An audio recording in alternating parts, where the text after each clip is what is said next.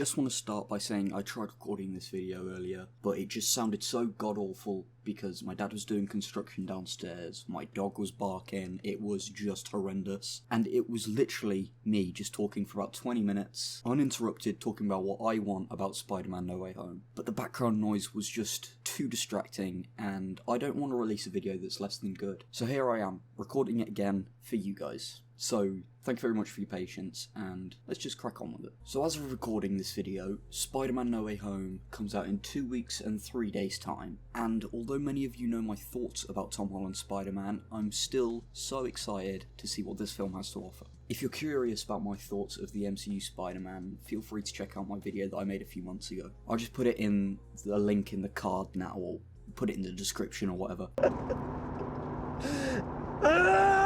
Right, so No Way Home is almost out and expectations are through the roof. Hey Ron. Hey Billy.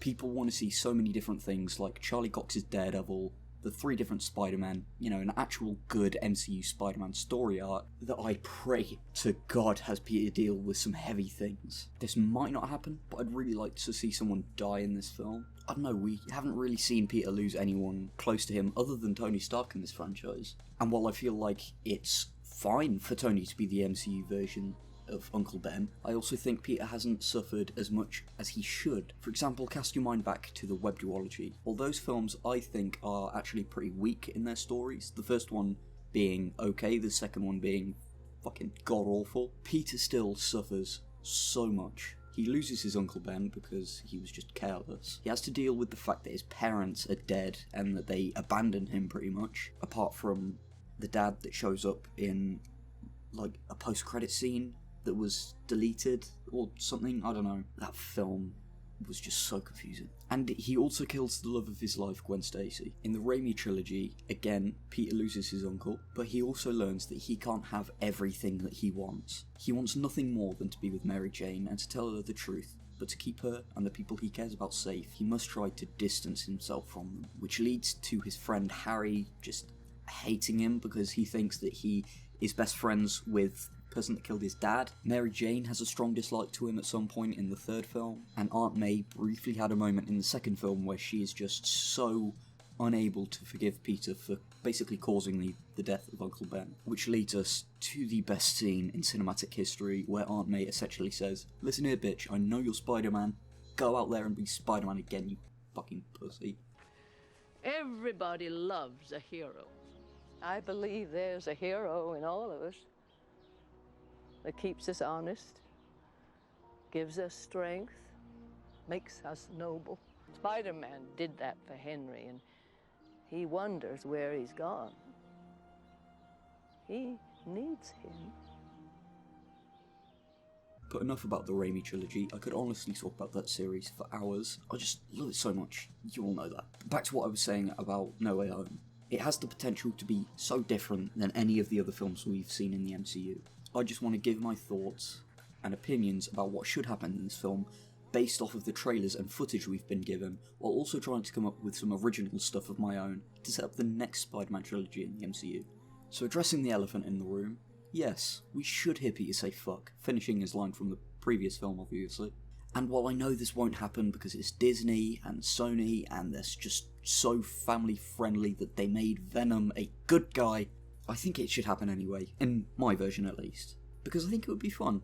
And after that we should see Peter trying to escape from the crowd that is just harassing him and MJ. Perhaps we could show them being homeless for a few days, resulting in them going to the Feast shelter, where they just sleep in Aunt May's office or something.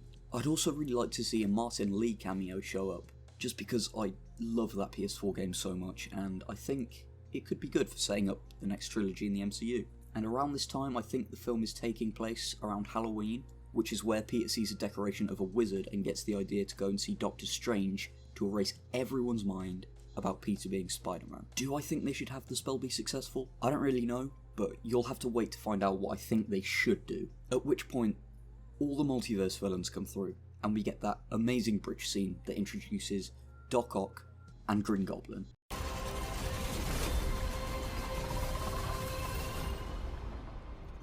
Hello, Peter.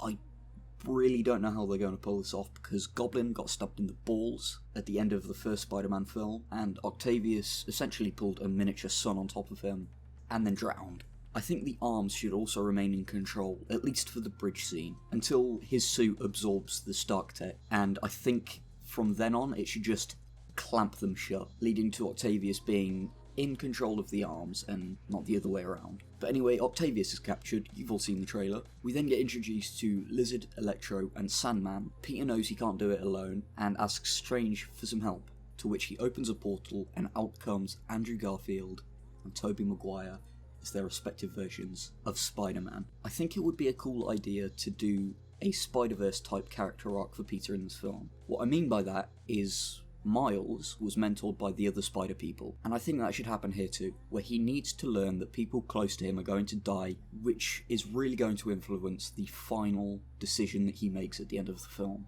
I also really want a scene where they're just all sat on a rooftop talking about their powers. Maybe Daredevil could be there too, I don't know. I also really want Tom to say to Andrew and Toby about the snap and all of the events that happen in the MCU, and then just freaking the fuck out, not knowing if that's going to happen to them too. I also really want, and I know this sounds cheesy, and I know that this isn't my original idea, but I need Toby to say to Tom Holland, "Remember, with great power comes great responsibility." Finally introducing that line into the MCU. We got a version of it in Civil War.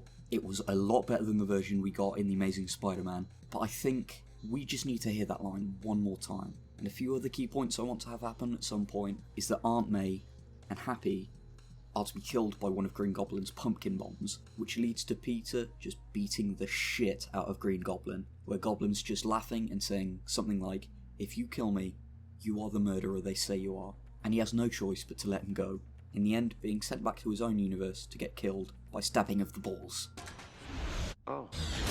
I also want a really big stakes final battle at the Statue of Liberty, with all 3 Spider-Men, all 5 villains, where at some point I want it to appear as though Peter, in his full Spider-Man outfit, leaves Ned to die, where he'll become resentful in the future, leading to a Hobgoblin storyline. Obviously Ned's not going to die. After the final battle, Toby and Andrew get sent home. We should get nods to the fact that they might be getting their own sequels in the future, so the directors can finally finish their versions of the films without studio interference, because that's always been a big issue with Hollywood. In a super emotional ending, where Ned thinks Peter left him to die, where Peter thinks Ned did die, Ned goes into hiding to plot his revenge against his friend, perhaps manipulated by a goblin serum that he may or may not be injected by at some point in the film. And to keep MJ safe, as everyone around Peter is just dropping like flies, he decides that everyone should forget that he is Spider-Man, including all of the Avengers, which could be fixed later down the line,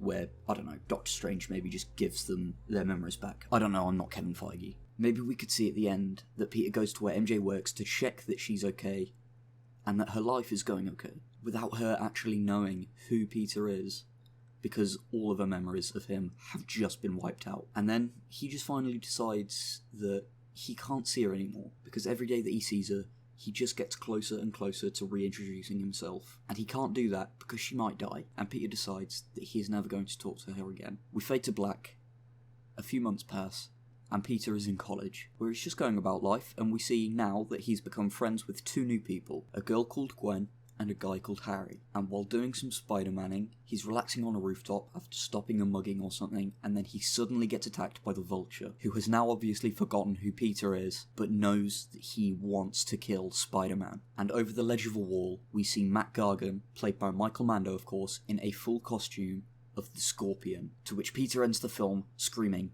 "What the f-?"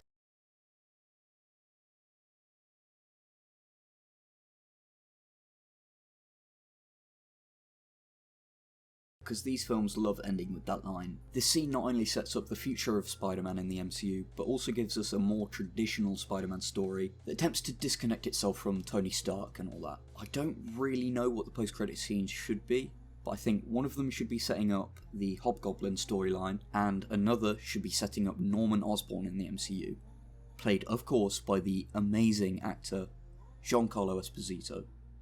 So, let me know what you think of my ideal storyline for Spider-Man No Way Home. Like the video and subscribe if you'd like to, maybe even leaving a comment for some feedback, good or bad. And if you didn't like my pitch, feel free to call me a wanker, because I'm indestructible. Thank you all so much, and I'll see you soon.